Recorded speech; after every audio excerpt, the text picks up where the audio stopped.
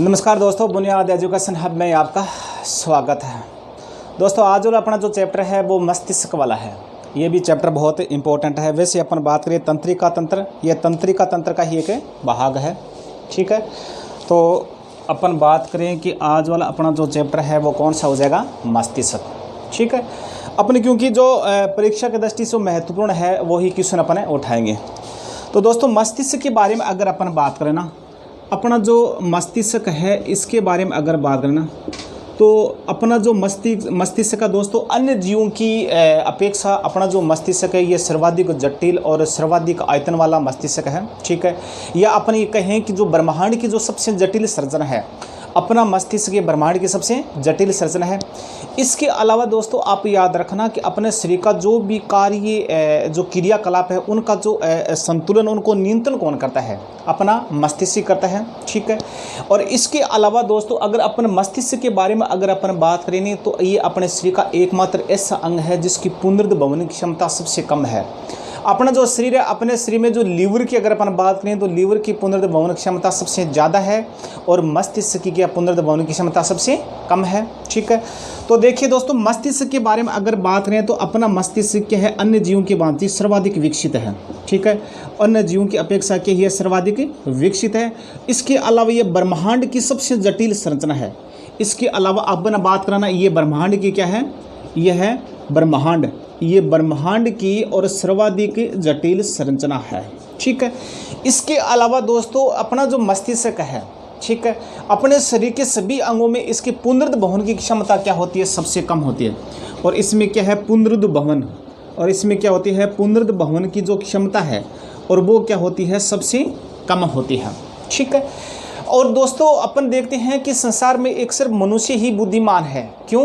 क्योंकि मनुष्य का जो मस्तिष्क है इसका आयतन क्या होता है, सर्वाधिक होता है। मनुष्य के मस्तिष्क क्या होता है, आयतन सर्वाधिक होता है, और इसीलिए मनुष्य क्या होता है, बुद्धिमान होता है। मनुष्य क्या होता है, अन्य जीवों की अपेक्षा क्या होता है, बुद्धिमान होता है, क्योंकि इसका आयतन क्या होता है, सुरक्षित आयतन क्या होता है, सर्वाधिक होता है। ठीक है, अब देखिए, अब अपन बात करते हैं कि अपना जो मस्तिष्क है ये कितनी हड्डियों से सुरक्षित रहता है। तो दोस्तों आपको याद रखना, 8 अस्थियां मिलकर क्या करती है, अपने मस्तिष्क को सुरक्षित रखती है। 8 अस्थियां होती है वो इस प्रकार से, जिसको अपन क्या कहते हैं, क्रेनियम कहते हैं। और ये 8 अस्थियां मिलकर क्या करती है, अपने और मस्तिष्क को क्या रखती है, सुरक्षित रखती है। ठीक है, इसके अलावा दोस्तों अगर अपन बात करें कि अपने जो मस्तिष्क का वजन कितना है, और अगर वजन के बारे में बात करें तो वजन देखिए इसका 1350 ग्राम से और 1400 ग्राम इसका क्या होता है, वजन होता है। अपना जो मस्तिष्क होता है इसका वजन कितना होता है, तो आपको याद रखना 1350 से और 1400 ग्राम। ठीक है, लगभग अगर अपन बात करें कि 1350 ग्राम क्या होता है, मस्तिष्क का वजन होता है। ठीक है, और ये 8 अस्थियों से क्या होता है, सुरक्षित रहता है। ठीक है, अब देखिए मैंने पहले आपको जो हृदय वाले चैप्टर में बताया था कि हृदय की जो जांच होती है वो ईसीजी होती है। क्या होती है, ईसीजी होती है। तो इस मस्तिष्क की जांच कौन सी होती है, तो मस्तिष्क की जांच के बारे में आप याद रखना दोस्तों, वो क्या होती है, ईईजी होती है। क्या होती है, ईईजी, इलेक्ट्रोइंसेफेलोग्राफी। ठीक है, या फिर इसके अलावा दोस्तों सीटी स्कैन, इसके अलावा जो सीटी स्कैन है वो भी क्या होती है, मस्तिष्क या तंत्रिका की क्या होती है, जांच होती है। ठीक है, अब देखिए अपना जो मस्तिष्क है इसे 3 भागों में बांटा गया है।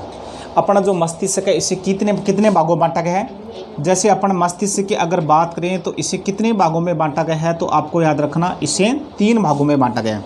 कितने भागों में बांटा गया है, 3 भागों में। सबसे पहले हो जाएगा अग्र मस्तिष्क। सबसे पहले कौन सा हो जाएगा, सबसे पहले हो जाएगा अग्र मस्तिष्क। ठीक है, फिर हो जाएगा मध्य मस्तिष्क, फिर क्या हो जाएगा, मध्य मस्तिष्क, और फिर क्या हो जाएगा, फिर हो जाएगा पश्च मस्तिष्क। तो आपको याद रखना है अपना मस्तिष्क है इसे 3 भागों में बांटा गया है। अग्र मस्तिष्क मतलब आगे का मस्तिष्क, मध्य मस्तिष्क मतलब बीच का मस्तिष्क, पश्च मस्तिष्क मतलब पीछे का मस्तिष्क, इसे 3 भागों में बांटा गया है। ठीक है, अब देखिए दोस्तों इसी को भी अनेक भागों में बांटा गया है। सबसे पहले अपन बात करते हैं अग्र मस्तिष्क, और अग्र मस्तिष्क को 2 भागों में बांटा गया है।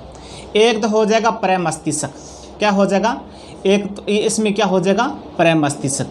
अगर मस्तिष्क को भी 2 भागों में बांटा गया, ये हो जाएगा प्रमस्तिष्क, और दूसरा हो जाएगा डायनसिफेलोन, क्या हो जाएगा डायनसिफेलोन, ठीक है। इसी 2 भागों में बांटा गया। फिर डायनसिफेलोन को 2 भागों में बांटा गया है। ये जो डायनसिफेलोन है ना, इसे भी 2 भागों में बांटा गया है। फिर 1 नंबर हो जाएगा थैलेमस, क्या हो जाएगा थैलेमस, और 2 नंबर क्या हो जाएगा, 2 नंबर हो जाएगा हाइपोथैलेमस, क्या हो जाएगा हाइपोथैलेमस, ठीक है।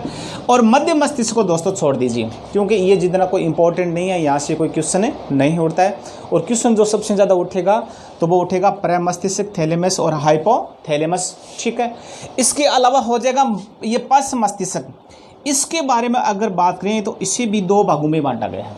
इसे भी कितने भागों में बांटा गया है, इसे भी आप याद रखना, इसे भी 2 भागों में बांटा गया है, ठीक है। 1 नंबर हो जाएगा अनुमस्तिष्क, 1 नंबर क्या हो जाएगा अनुमस्तिष्क, और जिसको अपन क्या कहते हैं सेरिबेलम कहते हैं, क्या कहते हैं सेरिबेलम कहते हैं, ठीक है। फिर आगे वाला हो जाएगा मेडुला ऑब्लिगेटा, क्या हो जाएगा मेडुला ऑब्लिगेटा, मेडुला ऑब्लिगेटा, ठीक है। और ये हो जाएगा दोस्तों मस्तिष्क का भाग, ठीक है। अब देखिए ज़्यादातर क्वेश्चन कहाँ से उठते हैं या कहाँ से क्वेश्चन पूछते हैं, तो आपको याद रखना ये जो 4-5 भाग है, एक तो प्रमस्तिष्क, एक थैलेमस, एक हाइपोथैलेमस, एक सेरिबेलम और एक मेडुला ऑब्लिगेटा। हर कंपटीशन में अगर अपन बात करें कि 99.99 क्वेश्चन यहीं से पूछे जाते हैं। कहाँ से पूछे जाते हैं, यहीं से।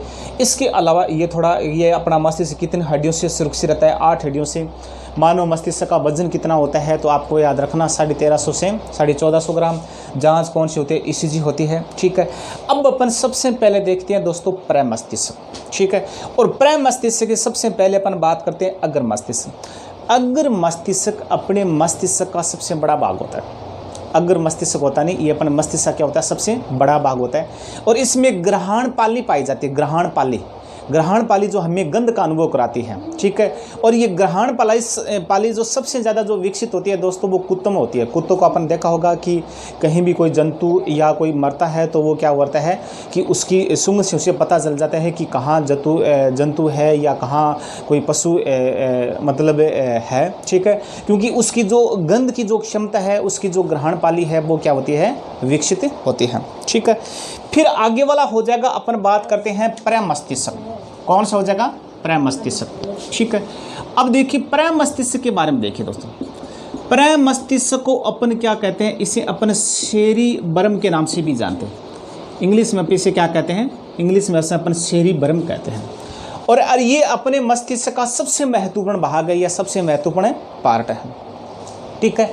सेरिबरम के बारे में देखिए दोस्तों, अपना जो मस्तिष्क है, अपने मस्तिष्क का 80 और 85% भाग क्या होता है प्रमस्तिष्क या सेरिबरम होता है। अपना जो मस्तिष्क होता है इसका 80 से और 85% भाग क्या होता है सेरिबरम होता है, ठीक है। या अपन बात करें कि ये अपने मस्तिष्क का सर्वाधिक विकसित भाग होता है। या अपन बात करें कि अपना जो मस्तिष्क है ये अपने मस्तिष्क का सबसे विकसित और सबसे बड़ा भाग होता है, ठीक है। अब देखिए दोस्तों, ये जो प्रम मस्तिष्क है इसका अपने शरीर में कार्य क्या है और इसमें कौन कौन से केंद्र है। तो आपको याद रखना दोस्तों, जिस व्यक्ति का प्रम मस्तिष्क बड़ा होगा और वो व्यक्ति उतना ही बुद्धिमान होगा। तो आपको याद रखना कि ज्ञान क्या हो जाएगा, ज्ञान चेतना क्या हो जाएगा, ज्ञान चेतना चिंतन, ठीक है। वाणी क्या हो जाएगा, वाणी बुद्धिमता क्या हो जाएगा, बुद्धिमता, ठीक है। अनुभव क्या हो जाएगा, अनुभव, ठीक है। विश्लेषण क्षमता क्या हो जाएगा, विश्लेषण क्षमता, विश्लेषण क्षमता। तर्क शक्ति क्या होता है, तर्क शक्ति, ठीक है। यह होता है अनुमान, ठीक है। ये जो सभी क्रियाएं हैं, इन सभी क्रियाओं का जो केंद्र होता है ना दोस्तों, वो आपको याद रखना प्रमस्तिष्क होता है। आपसे पूछ लिया जाए कि ज्ञान चेतना चिंतन आदि का केंद्र कहाँ होता है, तो प्रमस्तिष्क या सेरिबरम में होता है।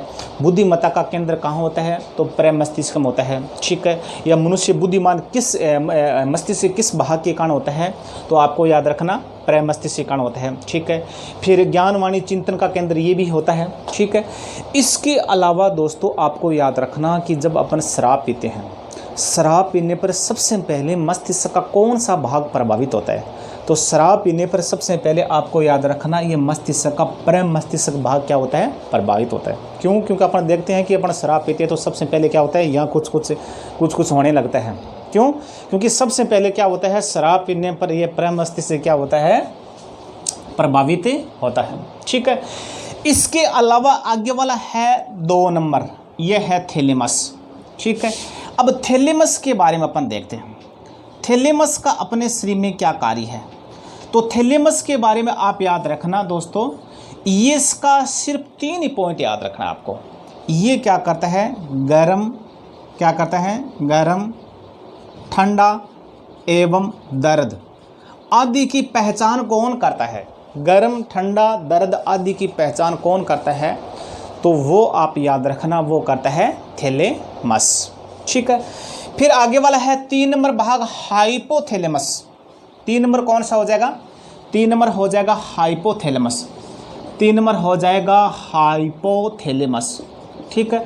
और हाइपोथैलेमस के बारे में वैसे मैंने आपको पहले ही बता दिया था, ग्रंथियों वाला चैप्टर में बताया था कि एक ये हाइपोथैलेमस मस्तिष्क का भाग भी है, इसके अलावा ये ग्रंथि की भांति भी क्या करता है, विहार करता है। और हाइपोथैलेमस को अपने शरीर का सुप्रीम कमांडर भी कहते हैं, या अपने शरीर की प्रधान ग्रंथि, हेडमास्टर ग्रंथि भी कहते हैं, क्योंकि यह हाइपोथैलेमस क्या करता है कि यह अपने शरीर की जितनी भी जो अंतःस्रावी ग्रंथियाँ हैं उस पर क्या करता है दोस्तों, कंट्रोल करता है। ठीक है। तो आपसे पूछ लिया जाए कि अपने शरीर की जो अंतःस्रावी तंत्र है, जो अंतःस्रावी तंत्र है, और अंतःस्रावी तंत्र पर नियंत्रण कौन करता है, तो ये हाइपोथैलेमस करता है। ठीक है। इसके अलावा अपन देखें कि हाइपोथैलेमस का अपने शरीर में क्या क्या कार्य है। ठीक है। तो ये पॉइंट देखिए, इसी प्रकार से इनका भी पॉइंट है। तो आपको याद रखना, एक तो हो जाएगा भूख, क्या हो जाएगा, भूख, और दूसरा हो जाएगा प्यास। ठीक है। तीसरा हो जाएगा प्रेम, क्या हो जाएगा, प्रेम। फिर हो जाएगा क्रोध, क्या हो जाएगा, क्रोध। फिर हो जाएगा खुशी, फिर क्या हो जाएगा, खुशी। फिर हो जाएगा दुख। ठीक है। फिर हो जाएगा ईर्ष्या, क्या हो जाएगा, ईर्ष्या। फिर हो जाएगा पसीना, क्या हो जाएगा, पसीना। या अपन कहें अपने जो शरीर का जो ताप का नियंत्रण, तो आप याद रखना, भूख है, प्यास है, प्यार है, प्रेम है, घृणा है, दुख है, सुख है, ईर्ष्या है, प्रसन्नता है, या जो भावनाएं हैं, क्या होता है, भावनाएं हैं, आदि क्रियाओं का केंद्र कहाँ होता है, या आदि क्रियाओं पर नियंत्रण कौन करता है, तो दोस्तों आपको याद रखना वो होता है हाइपोथैलेमस। आपसे पूछ ले जाए कि पसीने का केंद्र कहाँ होता है, हाइपोथैलेमस। आपसे पूछ ले जाए कि अपने शरीर का ताप नियंत्रण कौन करता है, हाइपोथैलेमस। ठीक है। आपसे पूछ ले जाए कि भूख, प्यास आदि का नियंत्रण कौन करता है या केंद्र कहाँ होता है, तो हाइपोथैलेमस। ठीक है। और इसके अलावा मैंने आपको बताया था ये एक अंतःस्रावी ग्रंथि की भांति भी क्या करता है, विहार करता है। ठीक है। फिर देखिए हाइपोथैलेमस के बाद में आगे वाला भाग हो जाएगा अनुमस्तिष्क। कौन सा हो जाएगा, अनुमस्तिष्क। 4 नंबर कौन सा हो जाएगा, 4 नंबर हो जाएगा अनुमस्तिष्क। ठीक है। और अनुमस्तिष्क को अपन इंग्लिश में क्या कहते हैं, सेरिबेलम कहते हैं। इंग्लिश में अपन क्या कहते हैं दोस्तों, इंग्लिश में इसे अपन सेरिबेलम के नाम से जानते हैं। ठीक है। अनुमस्तिष्क के बारे में आप याद रखना दोस्तों, मस्तिष्क का ये भाग किससे जुड़ा होता है, ये कान से जुड़ा होता है। अनुमस्तिष्क या जो सेरिबेलम है, ये मस्तिष्क का भाग किससे जुड़ा होता है, तो आपको याद रखना ये कान से जुड़ा होता है। किससे जुड़ा होता है, कान। और कान का जो प्राथमिक कार्य होता है दोस्तों, वो सुनना नहीं होता है। कान का जो प्राथमिक कार्य होता है अपना शरीर का संतुलन बनाए रखता। अपना शरीर का जो संतुलन कौन बनाए रखता है, तो कान बनाए रखता है, और सुनना इसका दूसरा कार्य है। ये अनुमस्तिष्क का कार्य है अपना शरीर का संतुलन, अपने शरीर का संतुलन बनाए रखना कौन सा रखता है, ये अनुमस्तिष्क। ठीक है।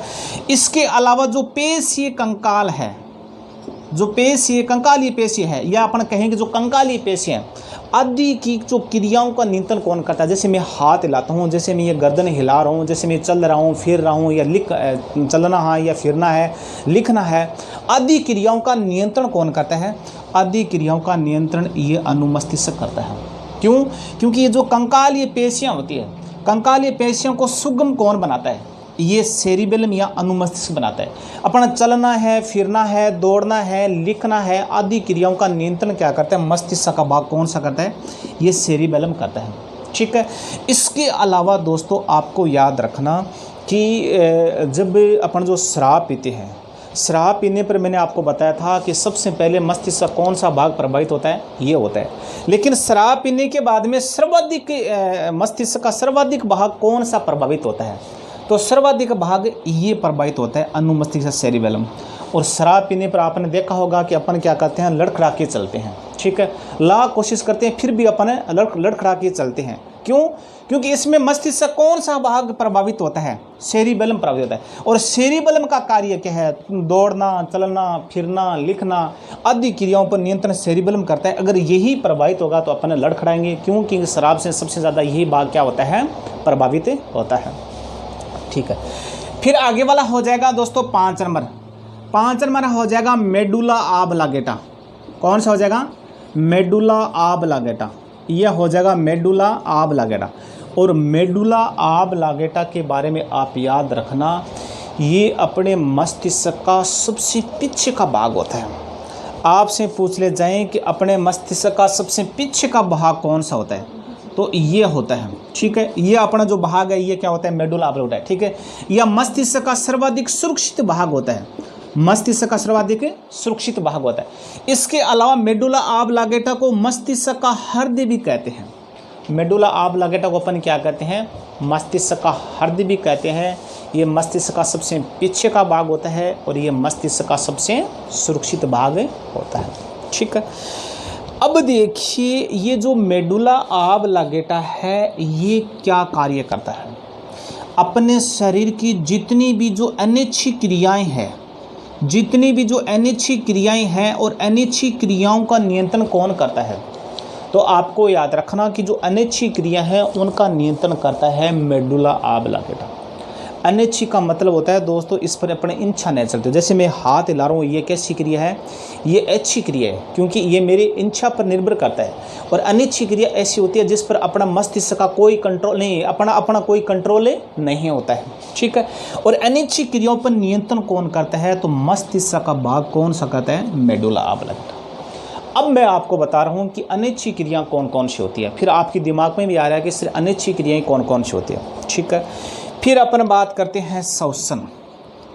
श्वसन, ठीक है, श्वास है, रोक सकते हैं अपन 30 सेकंड रोक सकते हैं, 35 सेकंड रोक सकते हैं, लेकिन अपन 5 या 4-5 मिनट नहीं रोक सकते। क्यों?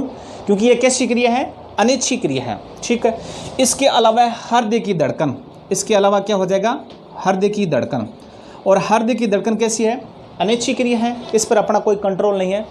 इसके अलावा आहार नाल का कर्मांचन, जो आहार नाल होनी है, आहार नाल, और आहार नाल का जो कर्माकुंचन होता है। ठीक है, और वो भी कैसी होती है, अनिच्छी क्रिया होती है। इसके अलावा अपनी जो बीपी कभी हाई हो जाती है, कभी लो हो जाती है, ये भी कैसी क्रिया है, अनिच्छी क्रिया। इसके अलावा है पाचन, इसके अलावा क्या होता है, पाचन, और ये भी कैसी क्रिया है, अनिच्छी क्रिया। इसके अलावा है उल्टी, उल्टी क्या है, अनिच्छी क्रिया है। तो ये आपको याद रखना कि जो मेडुला ऑब्लांगेटा है ये अपने मस्तिष्क का सबसे पीछे का भाग होता है। ठीक है, इसका कार्य क्या है, तो कार्य के बारे में आप याद रखना, ये अनिच्छी क्रियाओं का क्या करता है, कंट्रोल करता है, नियंत्रण करता है। और अनिच्छी क्रियाएं कौन कौन सी है, तो आपको याद रखना, श्वसन है, धड़कन है, बीपी है, पाचन है, उल्टी है, और आहार नाल का कर्माकुंचन, ये क्या है, अनिच्छी क्रियाएं है। ये हो जाएगा दोस्तों अपने मस्तिष्क वाला चैप्टर। ठीक है, पूरी तरह से कंप्लीट है। इसका आयतन ज़्यादा होता है इसीलिए बुद्धिमान होता है, ये अपन बुद्धिमान होते हैं। ये संसार का सबसे जटिल संरचना है। ठीक है, 8 हस्तियाँ मिलकर इसको घेरती है। इसका वजन कितना होता है, 1350 ग्राम इसका क्या होता है, वजन होता है। ठीक है, फिर इसकी ईसीजी जांच होती है, फिर इसे इन 3 भागों में बांटा गया है। अब ज़्यादा से ज़्यादा वो क्वेश्चन कहाँ से उड़ते हैं, वो यहाँ से उड़ते हैं दोस्तों, प्रमस्तिष्क, थैलेमस, सेरिबेलम, हाइपोथैलेमस और मेडुला ऑब्लांगेटा। ठीक है, इसके अलावा वो यहाँ से क्वेश्चन उड़ते हैं। ठीक है, इसके अलावा मस्तिष्क में कोई कहाँ से भी क्वेश्चन नहीं उठेगा, यहाँ से क्वेश्चन पूछा जाता है। ठीक है। किस प्रकार से पूछा जाता है वो मैंने आपको बता दिया। ज्ञान वाणी चिंतन का केंद्र कहाँ होता है? प्रमस्तिष्क होता है। या अपने मस्तिष्क का सबसे बड़ा भाग कौन सा होता है? प्रमस्तिष्क होता है। कितना % भाग होता है? 80 से 85% भाग होता है। यह सेरिब्रम किसका भाग होता है? तो मस्तिष्क का भाग होता है।